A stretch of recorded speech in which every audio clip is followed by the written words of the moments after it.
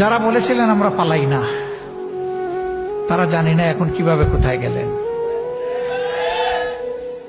আমরা কোনোদিন এটা বলি নাই যে আমরা পালাই না, তবে আলহামদুলিল্লাহ রাব্বুল ইজ্জত আমাদেরকে এটুকু মেহেরবানি করেছেন যে আসলেই আমরা পালাইনি।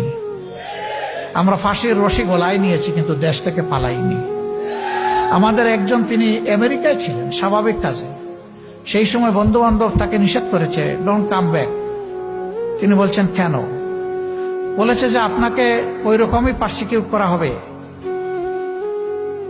অবিচার করা হবে, যেমনটা অবিচার করা হচ্ছে আপনার সিনিয়র লিডারদের সাথে। তিনি বলছেন সিনিয়র লিডাররা যদি আল্লাহর জন্য ধৈর্য ধরে সহ্য করে থাকতে পারেন, আমিও পারবো, আমি আসছি। আদালতে দাঁড়িয়ে আমাকে ফাঁসি দেওয়া হোক, আমার কোনো আপত্তি নাই। আমি পলাতক হিসাবে এই বদনামের অংশ নিতে চাই না যে আমি অপরাধী। আমি আদালতে দাঁড়িয়ে বলবো আমি নিরপরাধ। মীর কাসেম আলী সেইটাই করেছিলেন। কিন্তু না আসলে পারতেন ভাই, কেউ তারে বলতো না যে উনি পালিয়ে গেছেন, কারণ তার বিরুদ্ধে কোনো ওয়ারেন্ট, কোনো মামলা ছিল না। তিনি এসেছেন তার নৈতিক দায়বোধের জায়গা থেকে, তার দেশকে ভালোবাসেন। এই জন্য তিনি বলেছেন যে দেশে আল্লাহ আমাকে পয়দা করেছেন, আমার মত যেন সেই দেশে হয়।